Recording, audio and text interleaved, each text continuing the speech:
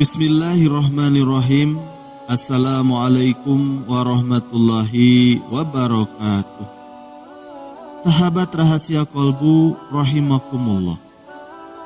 Allah subhanahu wa ta'ala menciptakan surga sebagai tempat kembali orang-orang yang beriman.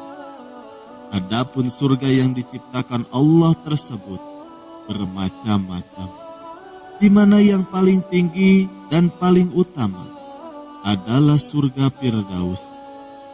Mendengar kata surga, pasti semua orang ingin berada di dalamnya setelah meninggal dunia. Karena menggambarkan surga yang disebutkan di dalam Al-Quran sangatlah indah dan tidak dapat dibandingkan dengan apapun yang ada di muka bumi.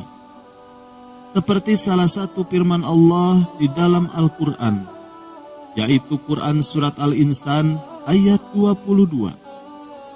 Dan apabila kamu melihat di sana surga, niscaya kamu akan melihat berbagai macam kenikmatan dan kerajaan yang besar. Dari Anas bin Malik radhiyallahu anhu, Nabi Muhammad sallallahu alaihi wasallam bersabda, Firdaus adalah surga yang paling tinggi, yang paling bagus, dan yang paling afdol atau utama. Hadis riwayat Tirmizi dan disahihkan oleh Albani. Jika demikian, kita sebagai manusia pasti berharap akan menjadi salah satu yang terpilih menjadi penghuni surga Firdaus.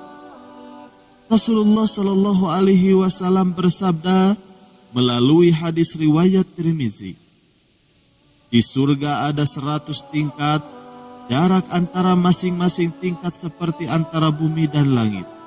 Dan Firdaus adalah surga tertinggi. Darinya 4 sungai surga memancar di atasnya aras. Bila kalian meminta kepada Allah, maka mintalah Firdaus. Telah menceritakan kepada kami Ahmad bin Mani, telah menceritakan kepada kami Yazid bin Harun, telah menceritakan kepada kami Hamzah dari Zaid bin Al-Hasan sepertinya. Untuk bisa mewujudkan itu, Allah subhanahu wa ta'ala pada dasarnya telah memberikan bocoran siapa saja yang berhak masuk surga tertinggi tersebut.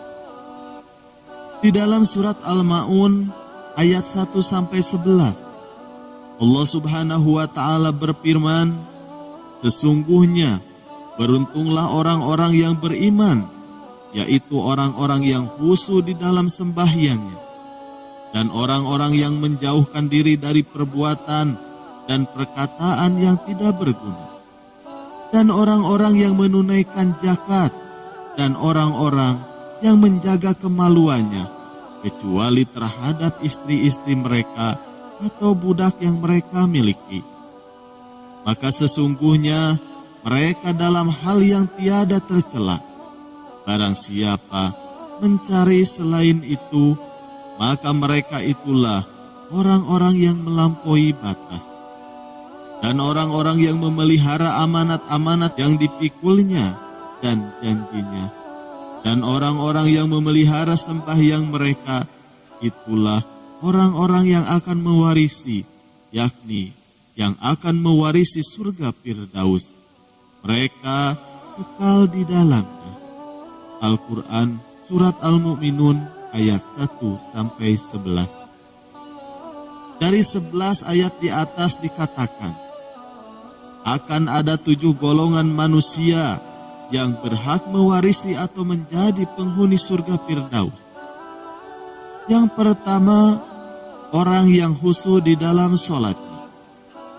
Khusyuk adalah seseorang yang melaksanakan sholat dan merasakan kehadiran Allah subhanahu wa ta'ala yang amat dekat dengannya, sehingga hati dan jiwanya merasa tenang dan tentram.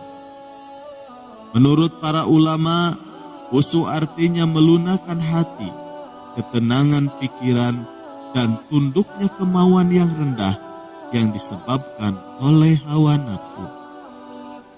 Yang kedua, orang-orang yang menjauhkan diri dari perbuatan tidak berguna. Salah satu sifat orang beriman adalah sanggup meninggalkan perbuatan yang sia-sia semata-mata karena mengharap ridho Allah Subhanahu wa Ta'ala.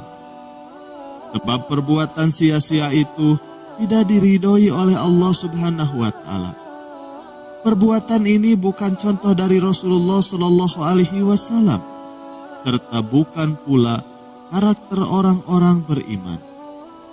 Sesuai firman Allah Subhanahu wa Ta'ala, dan orang-orang yang menjauhkan diri dari perbuatan dan perkataan yang tidak berguna. Quran Surat Al-Mu'minun. Yang ketiga, orang-orang yang menunaikan zakat.